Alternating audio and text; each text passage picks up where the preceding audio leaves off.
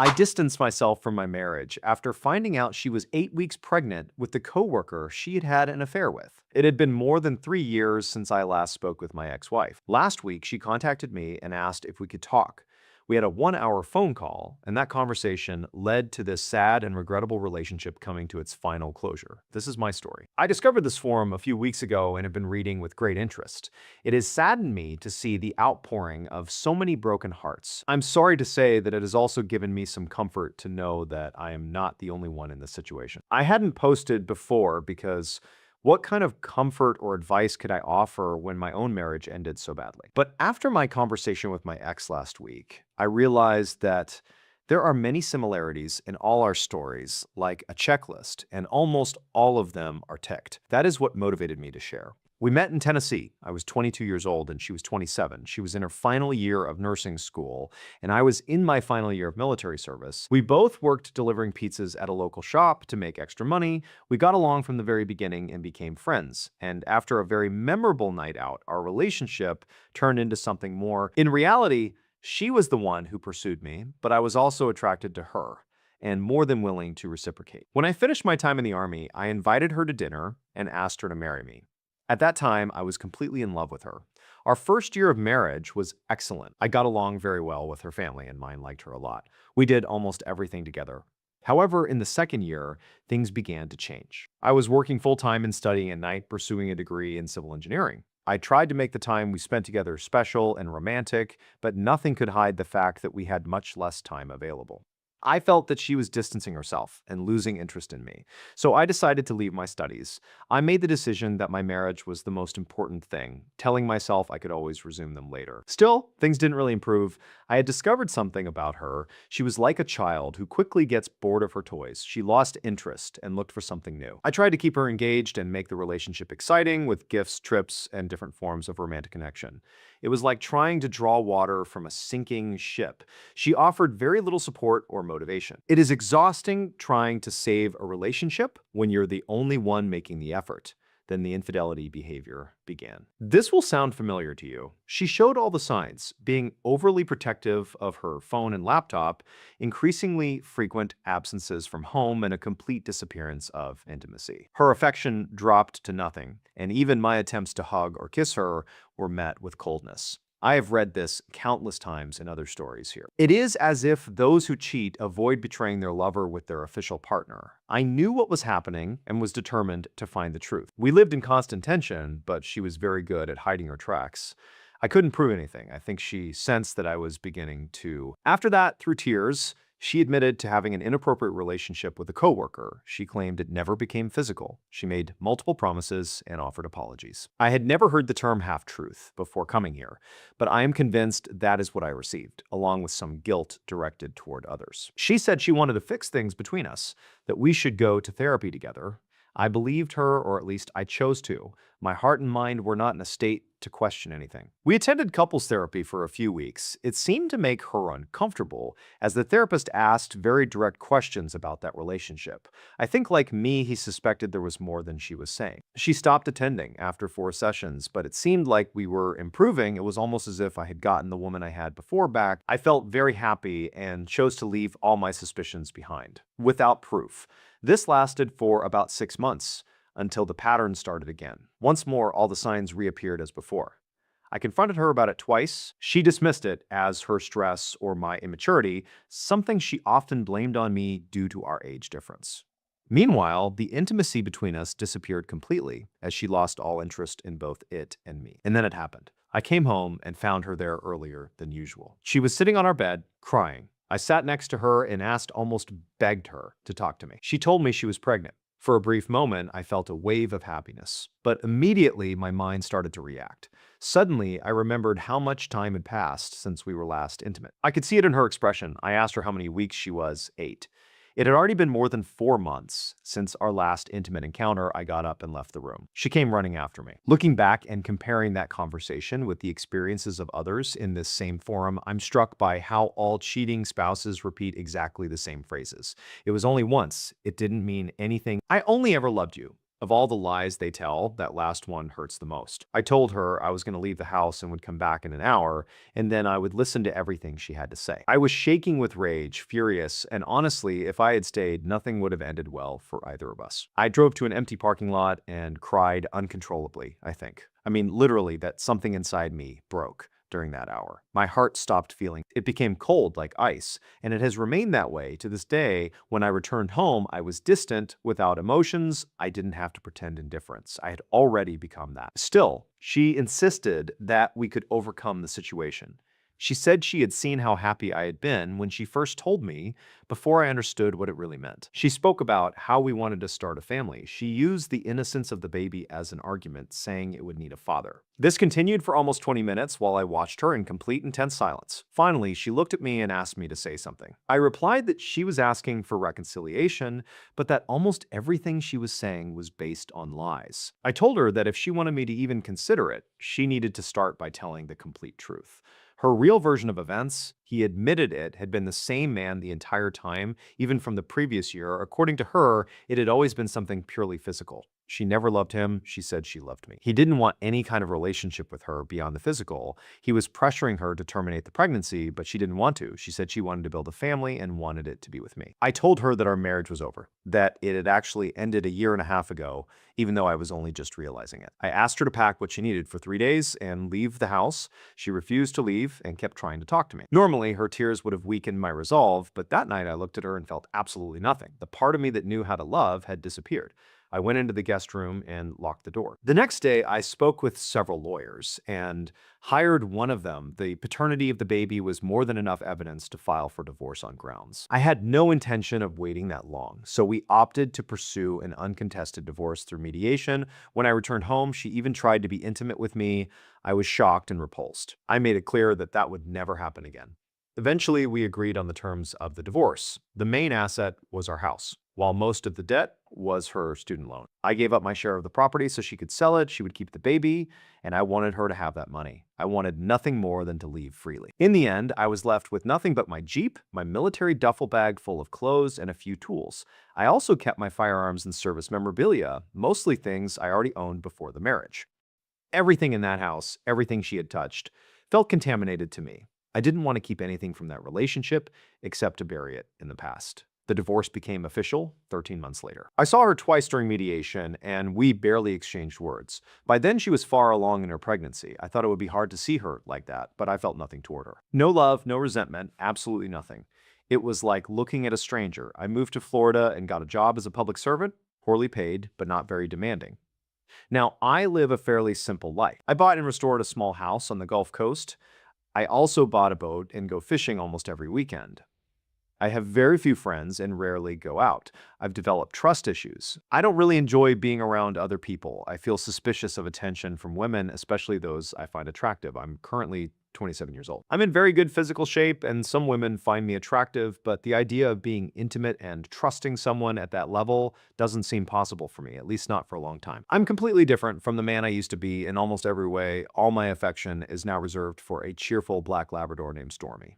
She comes with me almost everywhere. I can't say I'm happy. It still affects me when something reminds me of my ex and everything that happened. Sometimes I'm overwhelmed by a deep, crushing sense of loss. I know I didn't actually lose anything because I never truly had it, but I still can't help feeling that way. The best thing about my job is that most of the time I work alone outdoors, and I can often take my dog with me. If I haven't managed to find happiness in my life after the divorce, at least I've found peace, and I'm content with that. Last week, the past I thought I had left behind 2 years ago came looking for me over the phone. I have no idea how she got my contact information. It probably wasn't that difficult since I was never really in hiding. We spoke for about an hour.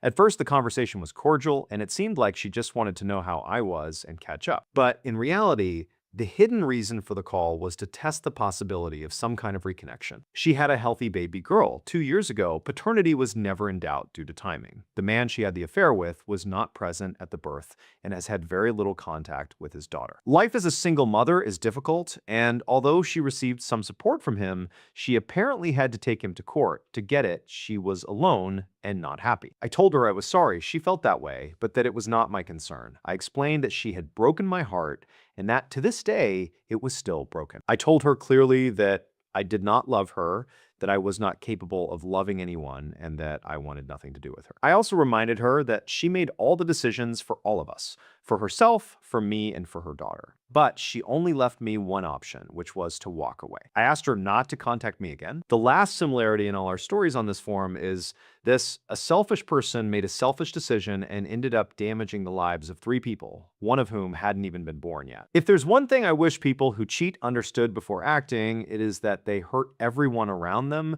and possibly even those around their lover. But if they are already selfish enough to cheat, they probably don't care. Update 1. A few weeks ago, I shared my story here. In the 3 years since we separated and divorced, I have built a new life for myself. However, it has been a lonely life, lacking friendships and trust. After reading and talking with many of you, I realized that I shouldn't keep giving her so much power over my life. You were right.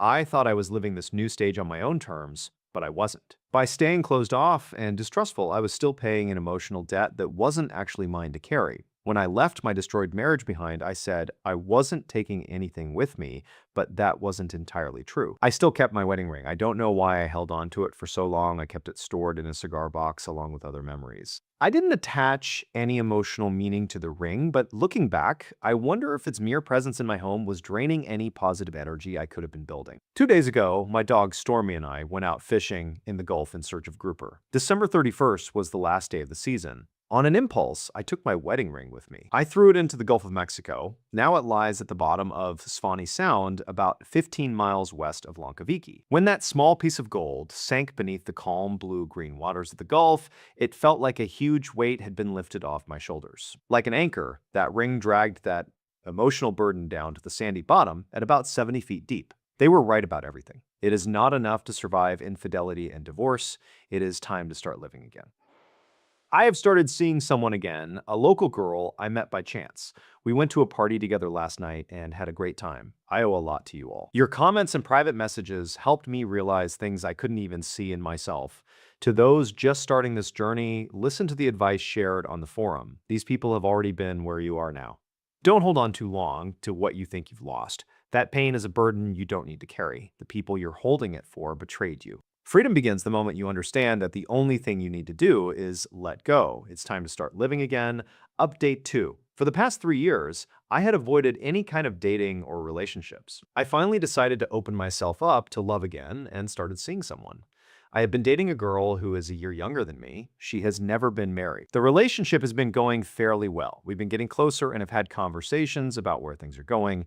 It was during one of those conversations that she dropped a bombshell on me. She told me she was very interested in polyamorous relationships and that she could never be satisfied with just one partner. I hate to admit it, but I needed her to explain what that concept meant. That's how unfamiliar or simply outdated I am. She explained that we could have multiple partners as long as it was only physical, and we would always return to each other to maintain the emotional bond. First, I thanked her for her honesty in telling me when these kinds of things are hidden, they end up becoming a problem. So I praised her for her openness. I told her I was very attracted to her, that I enjoyed her company, and that I would be willing to be one of her short-term partners. But that when it came to building a serious relationship, we would both be better off looking elsewhere. She said she was very sorry because she really liked me, but that she understood. It was a very surreal conversation for me. Am I a dinosaur? Do women who want faithful men still exist, or has that concept become obsolete? My wife had an affair, and my next partner wanted to set up double dates with her and another man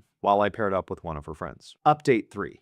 Today is my anniversary, not my wedding anniversary. That one goes completely unnoticed.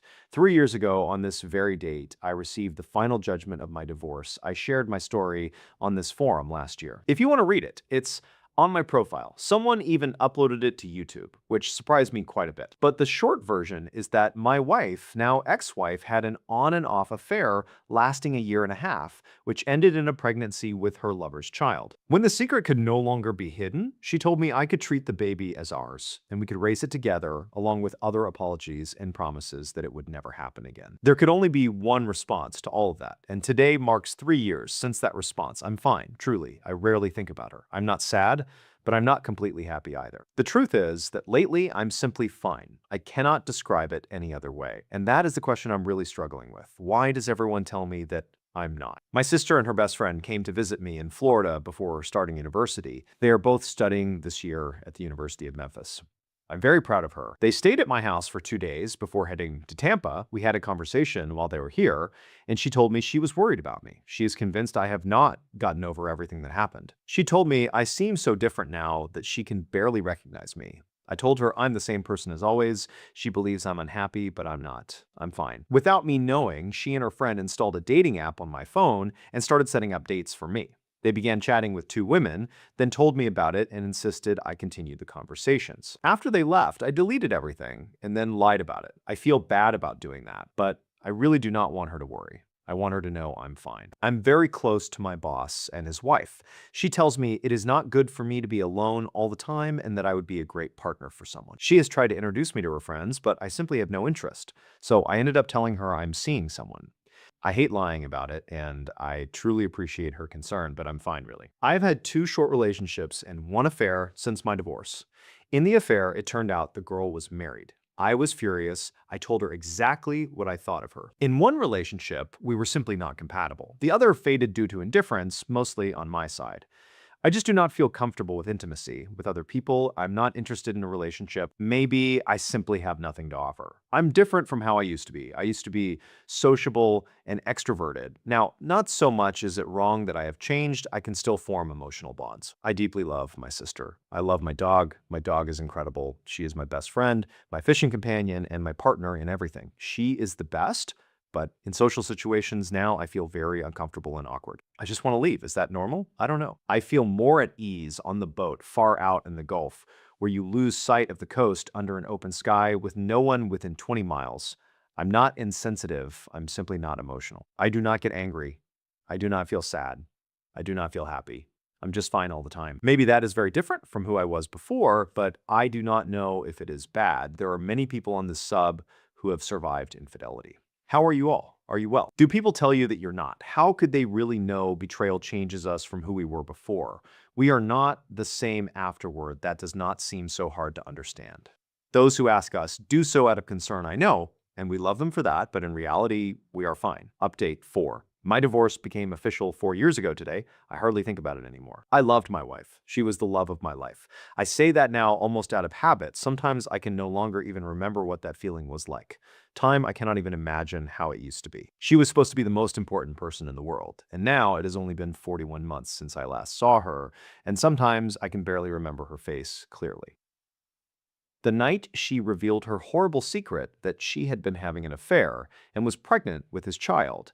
I remember perfectly, for months, she had rejected any kind of affection for me. I suppose I should not have been surprised. The warning signs were there. I knew it, but I refused to accept it. I have written on Reddit about the events leading up to that night and its aftermath before. I do not really think about it much, and I speak about it even less. But tonight, being the 4th anniversary, I suppose, I'm reliving it, and it does not make me sad or anything like that. Maybe I would even be better off if it did. I have been fairly emotionless since that night. It was as if the whole world went silent.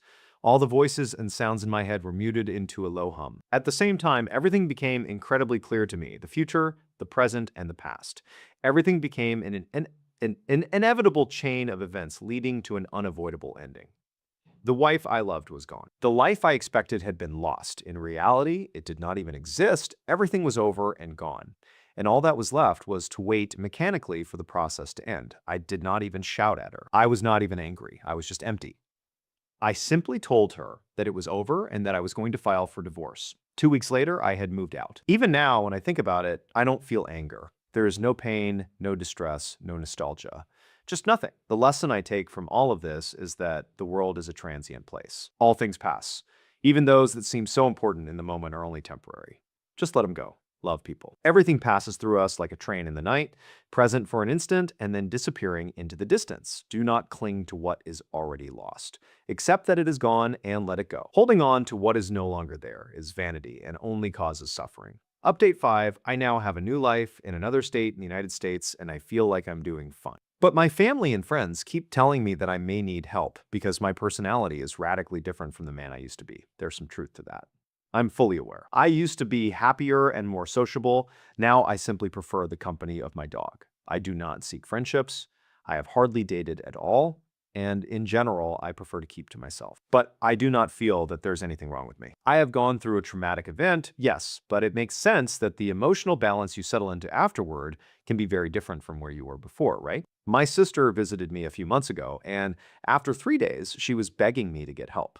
So I started individual therapy. Some of the therapist's advice has been useful. But this whole thing seems to be going in a fairly intense direction. One of the first things she asked me was, when was the last time I truly felt happy or truly sad? I had to think about it for a moment and realized it had been a long time. The last time I felt a strong emotion was the night my marriage ended. Since then, I have simply been fine. After working on it for several sessions, she told me that I have PTSD with emotional numbing and is referring me to a psychiatrist and a neurologist. She also mentioned psychotropic medication, which, from what I have read online, has undesirable side effects and is also quite expensive. I have the feeling that this is getting out of control. She is talking about doctors, hospitals, and strong medication. And suddenly I start thinking that maybe there's nothing wrong with simply being fine. I'm seriously considering finding another therapist or just stopping all of this. Any advice would be welcome.